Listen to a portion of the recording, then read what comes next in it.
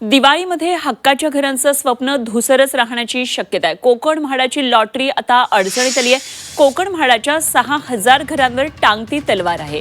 20% योजनेतील घरांच्या हस्तांतरण नियम बदलाचा हा फटका आहे। मुंबई महानगर प्रदेश म्हणजेच ठाणे, नवी मुंबई, कल्याण, डोंबिवली, वसई, विरारमध्ये राहणाऱ्या आणि स्वतःच्या हक्काचं घराचं स्वप्न पाहणाऱ्या सर्वसामान्यांसाठी अत्यंत धक्कादायक अशी ही माहिती आहे। यंदा दिवाळीमध्ये म्हाडाच्या कोकण मंडळाकडून निघणारी सुमारे 6,000 घरांची लॉटरी आता अडचणीत सापडली आहे। नगरविकास विभागाच्या प्रस्तावानुसार 20% योजनेअंतर्गत मिळणारी परवडणारी घरं ही म्हाडाकडे हस्तांतरित न होता संबंधित स्थानिक नियोजन प्राधिकरणाकडे म्हणजे पालिका किंवा स्थानिक विकास प्राधिकरणाकडे सुपूर्द केली जातील। त्यामुळे म्हाडाला घरं मिळणं कठीण होणार आहे। कोकण मंडळ या माध्यमातून दरवर्षी हजारो परवडणारी घरं नागरिकांसाठी लॉटरीद्वारे उपलब्ध करून देत होतं।